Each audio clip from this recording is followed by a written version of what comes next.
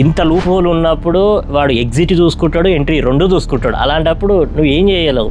నేను రీసెంట్గా UK controversy అనేది ఒక నెక్స్ట్ లెవెల్ వెళ్ళిపోతుంది. అదే స్పాన్సర్షిప్ ఇస్తారని, ఇలా మోసం చేస్తారు, ఇంత పైసలు తీసుకున్నారని చాలా పెద్ద కాంట్రవర్సీ క్రియేట్ అయిపోయింది. యూకేలో ఉన్న వాళ్ళు రెస్పాన్స్ అవుతున్నారు, ఇండియాలో ఉన్న వాళ్ళు కూడా కంటెంట్ క్రియేటర్ బాగా చేస్తున్నారు. సో ఇలాంటివి జరుగుతాయనే నేను ఈ వర్క్ పర్మిట్ ఇష్యూలు చాలా రైజ్ చేశా. నేను యూరోప్ కంట్రీలో ఎవరైతే మనీ ఇచ్చి కన్సల్టెన్సీ వాళ్ళకి పే చేసి ఇక్కడికి వచ్చి ఇబ్బంది పడ్డారో వాళ్ళకి నేను ముందే ఇండియాలో ఉన్నప్పుడే చెప్పాను, అందరికీ క్లియర్గా స్టేట్మెంట్ ఇచ్చా, ఆయన వీడియోలు కూడా చేశాను. బట్ అంత పెద్ద కంటెంట్ క్రియేటర్ అంత ఉన్నామనే అంత పెద్ద స్కామ్ చేసిందని ఆరోపణలు అవుతున్నాయి.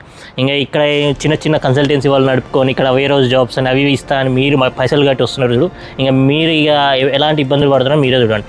ఒక్కసారి మీకు ఎవరైనా స్పాన్సర్షిప్ ఇస్తే మొత్తం కంప్లీట్గా మీరు వాళ్ళ మీదనే డిపెండ్ అవ్వాలి. వాళ్ళు పేపర్ ఇస్తే కానీ మీరు వీసాకి అటెండ్ అవ్వరు. సో ఛాన్సెస్ ఉన్నాయి, హై ఛాన్సెస్ మిమ్మల్ని మోసం చేసే ఛాన్సెస్ ఎక్కువ ఉంటాయి తప్ప తక్కువ ఏమి ఉండదు. మీరేమనుకుంటారు, ఏం కాదు మేము పైసలు కట్టాంగా మరి నమ్మి వస్తున్నాం అది ఇది అని అంటారు. సో నమ్మి మోసపోవడాలు అవేమి మనకి కొత్త కాదు, అవి కథలు అన్నీ జరిగేవే. సో ఒకటే చెప్తున్నాను, ఇప్పటికైనా మీరు కళ్ళు తెరిచి ఈ వర్క్ పర్మిట్లకు పైసలు కట్టి జాబు లైక్ చేసుకుంటా అని యూరోప్ కంట్రీలు రావడం, వేరే కంట్రీలకు పోవడము అవన్నీ మానేసి, సరే పైసలు కట్టి నువ్వు శాలరీ తీసుకున్నావు అంటే అది అసలు నమ్మే విషయం కూడా కాదు అసలు. ఒకవేళ యూరోప్ కంట్రీలో ఏ కంట్రీలో అయినా సరే లీగల్గా ఎదుర్కోవాలంటే ఒక ప్రాసెస్ అనేది చాలా ఉంటుంది. అది మీ వల్ల కూడా కాదు, ఓకేనా. ఇప్పుడు లీగల్గా ఎవరికైతే అన్నీ తెలుసో వాళ్ళకి ఓకే, ఇక్కడ 10 సంవత్సరాలు 20 సంవత్సరాలు ఉన్న వాళ్ళకి మాత్రం లీగల్గా పోనీక ఉంటుంది. మీరు 1 ఇయర్ వచ్చి నేను లీగల్గా ప్రొసీడ్ అయితే నేను అసలు డేకను నేను రియాలిటీ చెప్తున్నా. కావాలంటే వచ్చి మీరు లీగల్గా ప్రొసీడ్ అవ్వని చూస్తా ఎంతవరకు సక్సెస్ వస్తుందో మీకు. అంతేగాని ఇట్లా మోసపోకండి, మీ పైసలు అనేది వృధా చేసుకోకండి.